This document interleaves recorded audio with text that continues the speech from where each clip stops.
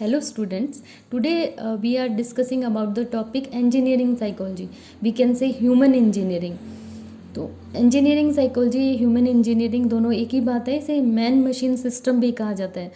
तो इस तरीके से हम ये समझेंगे कि ऐसा क्यों कहा जाता है, इंजीनियरिंग साइकोलॉजी का मतलब क्या होता है, ह्यूमन इंजीनियरिंग का मतलब क्या है, या मैन मशीन सिस्टम क्यों कहा जाता है इसे। पहले हमने ये बात करी थी कि जब वर्ल्ड वॉर सेकंड के टाइम या उससे पहले जब मशीनों का निर्माण किया जाता था तो इंजीनियर्स उन मशीनों का निर्माण करते थे, इक्विपमेंट का या जो भी मशीन, अस्त्र शस्त्र, गन्स, इन सब चीज़ों का निर्माण इंजीनियर्स के द्वारा किया जाता था। तो इंजीनियरिंग में ये नहीं सोचा जाता था, ये इंजीनियर्स ये नहीं सोचते थे कि इन उपकरणों का निर्माण ऐसा होना चाहिए कि इसे कोई भी व्यक्ति या आम आदमी आसानी से चला सके। उन्हें ये होता था कि इस तरीके से इन मशीनों को किस तरीके से उन्नत बनाया जाए, लेकिन उसका तालमेल ह्यूमन के साथ नहीं रखा जाता था कि इसको चलाने वाला कैसे से चलाएगा, उसके साथ कंफर्टेबल है या नहीं, ये विषय नहीं होता था उनकी चर्चा का। उन्हें ये रहता था कि किस तरीके से हम उपकरण को अच्छा बना सकते हैं। मान लीजिए हम गन की बात करें तो गन्स कैसी बनाई जाएं कि ये अपने टारगेट को ज़्यादा दूर तक जा सके, या हम इसे बहुत अच्छे से अपने दुश्मन के सामने इसका यूज़ कर सकें। लेकिन ये नहीं देखा जाता था कि इस गन को या इन गन को उपयोग करने वाले जो मनुष्य हैं वो इस पे कंफर्टेबल है या नहीं, क्या ये वो इतना वेट जो है वो आसानी से उठा पा रहे हैं, क्या वो इसको आसानी से चला पा रहे हैं, इसको ऑपरेट कर पा रहे हैं या नहीं कर पा रहे। तो इस तरीके का ये चर्चा का विषय नहीं होता था। धीरे धीरे ये हुआ कि इंजीनियर्स को भी ये समझ में आने लगा कि टेक्नोलॉजी हम बना रहे हैं, हम कोई भी इक्विपमेंट या कोई भी सिस्टम बना रहे हैं, तो जब तक हम ह्यूमन बीइंग को या ह्यूमन को ध्यान में रखकर नहीं बनाएंगे तब तक ये हमारे जो ऑपरेटर्स हैं या इक्विपमेंट है वो कभी भी कारगर नहीं होंगे या प्रभावी नहीं हो पाएंगे। तब इंजीनियरिंग फील्ड और जब साइकोलॉजी फील्ड दोनों ने मिलकर जब काम करना शुरू किया तो ये इंजीनियरिंग साइकोलॉजी, ये ह्यूमन इंजीनियरिंग कहलाया। कि इंजीनियर्स का काम क्या है, किसी भी मशीन का, किसी भी उपकरण का निर्माण करना, टेक्नोलॉजी का निर्माण करना। और साइकोलॉजी का काम क्या है, स्टडी ऑफ ह्यूमन बिहेवियर। तो ये ह्यूमन बिहेवियर की स्टडी करते हैं, वो उस जिस इक्विपमेंट या सिस्टम को बनाया उसकी स्टडी करते हैं। लेकिन दोनों के साथ तालमेल बिठाना तो ज़रूरी है। क्यों ज़रूरी है? क्योंकि उसको यूज़ करने वाले इंजीनियर्स ने जो इक्विपमेंट बना दिए, टेक्नोलॉजी बना दी, उसको यूज़ करने वाले उसके साथ कैसे कर रहे हैं उसको यूज़, वो इसके साथ कंफर्टेबल है या नहीं। जब तक ये इस बात को नहीं सोचा जाएगा तब तक हम ये नहीं कह सकते कि उस टेक्नोलॉजी का यूज़ करके कुछ फ़ायदा होगा। तो जब ये दोनों ब्रांच साथ में मिलकर आई तो उसे हमने क्या कहा, इंजीनियरिंग साइकोलॉजी या ह्यूमन इंजीनियरिंग या मैन मशीन सिस्टम। कि मशीन तो इम्पोर्टेंट थी लेकिन अब मैन भी या ह्यूमन बीइंग भी इम्पोर्टेंट है। तो इन सब चीज़ों ने, टेक्नोलॉजी को हम ये मानते हैं कि टेक्नोलॉजी ने हमारी लाइफ को बहुत इजी बना दिया है। आज हमारे पास गाड़ी है, हम कहीं भी जा सकते हैं, हमारे पास कंप्यूटर है, हम काम कर सकते हैं, मोबाइल है जिसे हम इजीली कहीं भी लेकर जा सकते हैं, बात कर सकते हैं, सारी चीज़ें हम कर सकते हैं। हम कहीं भी शॉपिंग करने के लिए जा रहे हैं, हम इजीली सब कुछ कर सकते हैं मोबाइल के यूज़ से। लेकिन इसके सेंटर में क्यों कौन है, एक मानव या एक व्यक्ति है जिसकी लाइफ को इजी बनाया गया है। तो जब व्यक्ति इन सब चीज़ों के साथ तालमेल बिठा रहा है या इन टेक्नोलॉजी के साथ वो किस तरीके से ये टेक्नोलॉजी उसके क्या काम आ रही है, किस तरीके से उसकी लाइफ इजियर हो रही है, तो ये सारी चीज़ों का जो स्टडी है, इन सब चीज़ों का अध्ययन इंजीनियरिंग साइकोलॉजी या ह्यूमन इंजीनियरिंग में किया जाता है। अब हमने साइकोलॉजी की डेफिनेशन पढ़ी थी, psychology is the study of human behaviour. यहाँ पर हमारी डेफिनेशन रहेगी, engineering psychology is the study of human behaviour with objective of improving human interactions with system. तो हमारा ऑब्जेक्टिव यहाँ क्या रहता है कि ह्यूमन इंटरेक्शन किसके साथ, सिस्टम्स के साथ, टेक्नोलॉजी के साथ या किसी भी इक्विपमेंट्स के साथ जो ह्यूमन का इंटरेक्शन है इसको कैसे इम्प्रूव किया जाए। मतलब हम टेक्नोलॉजी का यूज़ तो कर रहे हैं लेकिन उसे कैसे अधिक से अधिक प्रभावी बनाया जाए या अधिक से अधिक अच्छा बनाया जाए, या इस तरीके का बनाया जाए कि वो व्यक्ति के अधिक से अधिक काम आ सके। आज के समय में तो यही हो रहा है। हम देखें, अगर हमारे जितने भी होम अप्लाइंसेस हैं या हमारे जितने भी इक्विपमेंट हैं या जो चीज़ें हम किचन में यूज़ कर रहे हैं, घर में यूज़ कर रहे हैं, स्टडी के लिए यूज़ कर रहे हैं, अपने बिजनेस के लिए, इंडस्ट्री के लिए यूज़ कर रहे हैं, वो सारी चीज़ें अगर आप पहले का सोचें 10 या 15 साल पहले उनका डिज़ाइन कैसा था और आज वो मॉडिफाइड होते होते किस तरीके से हो गई हैं, उनका साइज़ छोटा होता जा रहा है और कंफर्ट बढ़ता जा रहा है। तो ये सारी चीज़ें किसकी वजह से हुई? इंजीनियरिंग साइकोलॉजी की वजह से हो पाई हैं, जहाँ पे इंजीनियर्स को ये समझ में आ गया कि ये चीज़ें तभी प्रभावी होंगी या जो चीज़ें हम बना रहे हैं वो तभी हमें फ़ायदा दे पाएंगी जब ये ह्यूमंस के अकॉर्डिंग हो। तो ये जो फील्ड जहाँ पर दोनों साथ मिलकर आए, साथ मिलकर जहाँ पर काम करना शुरू किया, उसे इंजीनियरिंग साइकोलॉजी कहा जाता है। अब यहाँ पर हम देखते हैं कि टेक्नोलॉजी का डेवलपमेंट तो हो रहा है, लेकिन उससे कुछ चैलेंजेस भी आ रहे हैं सोसाइटी में। तो यहाँ पर हमें पता लग रहा है कि साइकोलॉजी किस तरीके का रोल प्ले कर रही है। कोई भी टेक्नोलॉजी आई उससे हमें कोई ना कोई चैलेंजेस तो बढ़ेंगे। जैसे मान लीजिए कुछ भी हम यूज़ कर रहे हैं तो इससे हमारे एनवायरनमेंट को क्या नुकसान पहुंच रहा है, कंजम्पशन अगर किसी चीज़ का बढ़ रहा है, तो इस तरीके के चैलेंजेस आते हैं। वहाँ पर साइकोलॉजिकल थ्योरीज़ क्या करती हैं? पहले तो थ्योरेटिकल फ्रेमवर्क, यानी कोई भी टेक्नोलॉजी आई तो उसके बारे में पहले एक सैद्धांतिक ढांचा बनेगा, एक उसके प्रिंसिपल्स बनेंगे, थ्योरीज बनेगी, सिद्धांत बनेगा। उसके बाद मेथोडोलॉजिकल टूल्स, किस तरीके से उसके अकॉर्डिंग टूल्स बनाए जाएंगे। और उसके बाद क्या होगा? डिज़ाइन गाइडलाइंस, कि उस डिज़ाइन के लिए गाइडलाइंस तैयार की जाएगी कि ये जो इक्विपमेंट है उसका ये डिज़ाइन बनाया गया, उसके लिए क्या क्या गाइडलाइंस है, किस तरीके से इसको यूज़ किया जा सकता है बेहतर तरीके से। तो इस तरीके से ये सारी चीज़ें हैं जहाँ पर हम साइकोलॉजिकल थ्योरीज़ को अप्लाई कर सकते हैं। और इन सब से मिलकर क्या बनता है? Human centred technology development. क्योंकि जितना भी डेवलपमेंट हुआ है उसको ह्यूमन सेंटर्ड कहा जा सकता है, क्योंकि यहाँ पर हमने क्या किया? एक ह्यूमन को सेंटर में रखा है, ह्यूमन सेंटर्ड टेक्नोलॉजी का विकास हो रहा है। तो ये सारा कहाँ हो रहा है? इंजीनियरिंग साइकोलॉजी, ह्यूमन इंजीनियरिंग में किया जा रहा है।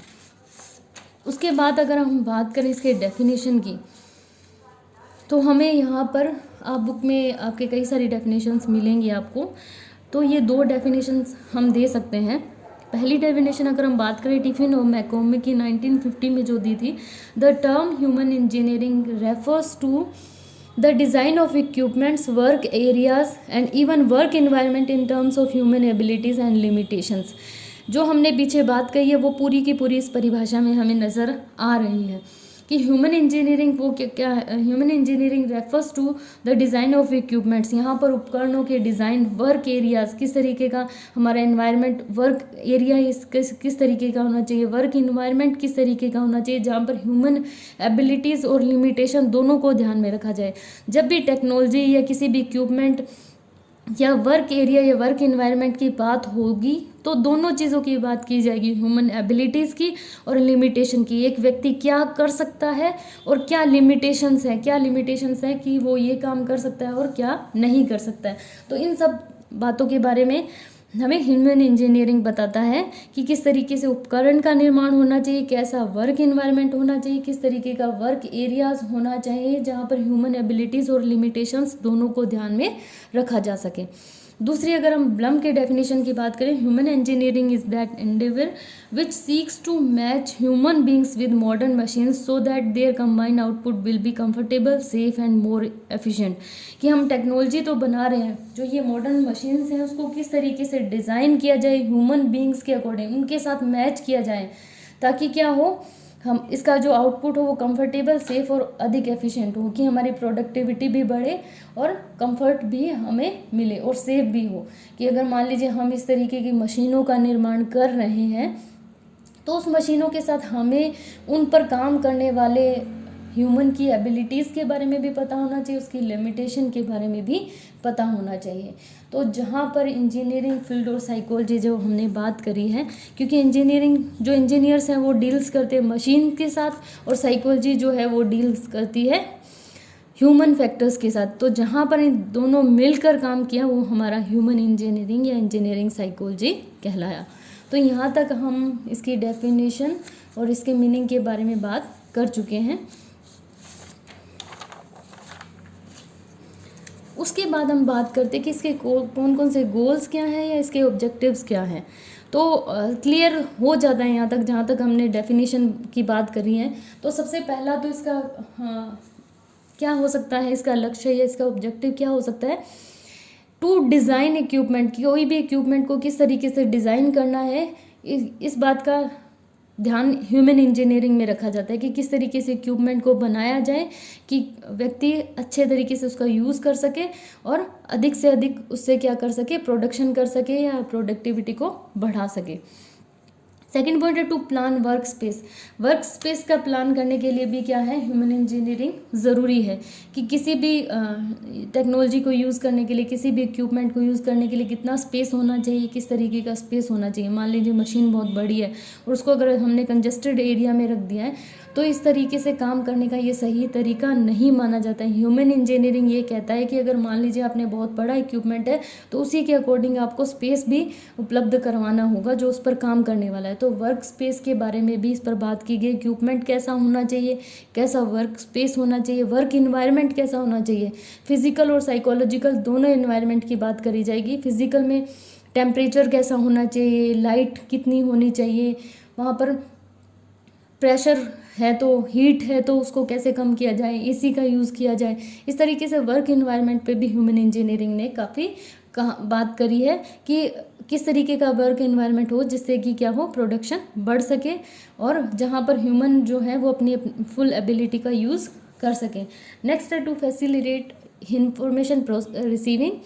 तो इन तीनों पॉइंट्स को हम एक साथ करेंगे, इंफॉर्मेशन रिसीविंग, डिसीजन मेकिंग और एक्शन टेकिंग। जब मैन मशीन सिस्टम की बात आएगी तो ये तीनों पॉइंट्स हमारे लिए बहुत इंपॉर्टेंट होंगे कि सबसे पहला इंफॉर्मेशन रिसीविंग, सेकंड है डिसीजन मेकिंग, थर्ड है एक्शन टेकिंग। सबसे पहले अगर हम बात करें, मान लीजिए कोई पायलट अगर बैठा है अपने कॉकपिट में तो वहाँ पर उसको सबसे पहले इन्फॉर्मेशन रिसीव करेगा। वो इन्फॉर्मेशन रिसीविंग से मतलब है हमारे जो सेंस ऑर्गन्स हैं उनसे उसको इन्फॉर्मेशन मिलेगी। मान लीजिए अगर कोई लाइट ब्लिंक हो रही है तो उसे क्या है, आइज़ के थ्रू इन्फॉर्मेशन मिल रही है। अगर कोई बीप की आवाज़ आ रही है, ईयर्स के थ्रू मिल रही है।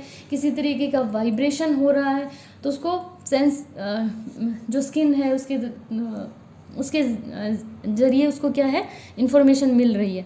तो सबसे पहले तो व्यक्ति क्या करेगा, मैन मशीन सिस्टम में इन्फॉर्मेशन को रिसीव करेगा।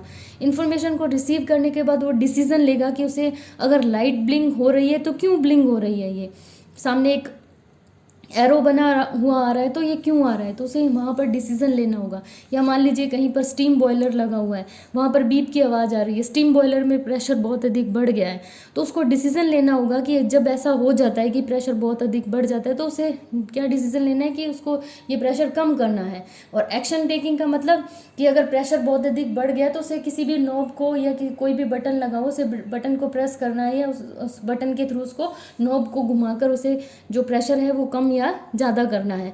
तो सबसे पहले वो इन्फॉर्मेशन रिसीव करेगा, उसके बाद डिसीजन लेगा और उसके बाद एक्शन टेकिंग होगी। इसी तरीके से मान लीजिए कोई पायलट है, जो पायलट अपना काम कर रहा है, उससे जैसे ही कोई लाइट, मान लीजिए उसको इमरजेंसी कुछ लाइट ब्लिंक हुई या कोई बीप की आवाज़ आई, वो उसको उसी समय डिसीजन लेना होगा। मान लीजिए उसको ऐसे लग रहा है कि कोई थ्रेट है जिसकी वजह से उसको क्या करना पड़ेगा, अपनी फ़्लाइट को रोकना पड़ेगा या उसकी जो है लैंडिंग करवानी पड़ेगी।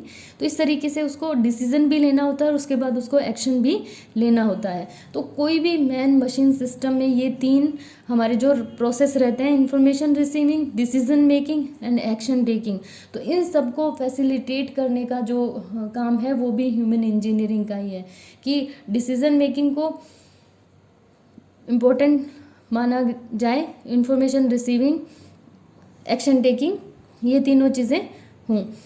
कैसे, मान लीजिए उसको इन्फॉर्मेशन मिल रही है, इन्फॉर्मेशन उसे मिल गई, लेकिन उसका जो डिस्प्ले है उस डिस्प्ले पर वो इन्फॉर्मेशन आ रही है लेकिन वो डिसीजन नहीं ले पा रहा। स्टीम बॉयलर का अगर एग्जांपल लें, स्टीम बॉयलर में प्रेशर बहुत अधिक बढ़ गया है, उसे स्टीम बॉयलर को कम करना है, लेकिन स्टीम बॉयलर के लिए जो नॉब लगा हुआ है वो इतनी दूर लगा हुआ है कि उसको खड़े होकर वहाँ तक जाना पड़ेगा।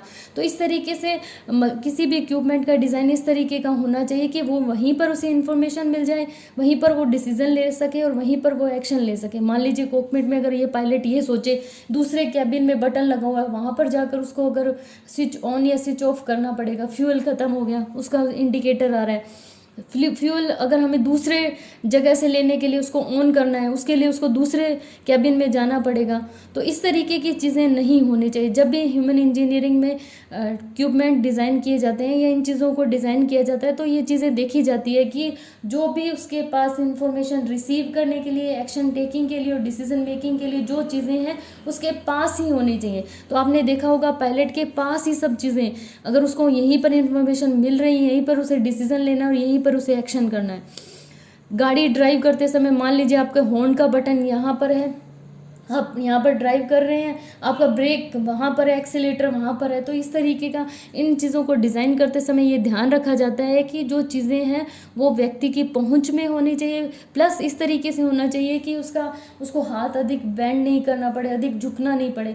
तो जहाँ पर वो बैठा है उसी के आसपास, यानी राइट हैंड की साइड, लेफ्ट हैंड की साइड, वहीं उसके आसपास चीज़ें होनी चाहिए। मिरर है तो वो बिल्कुल उसी जगह पे होना चाहिए जिससे वो पीछे की चीज़ें, ऑब्जेक्ट को देख सके या आगे आगे देख पा रहा है या नहीं देख पा रहा।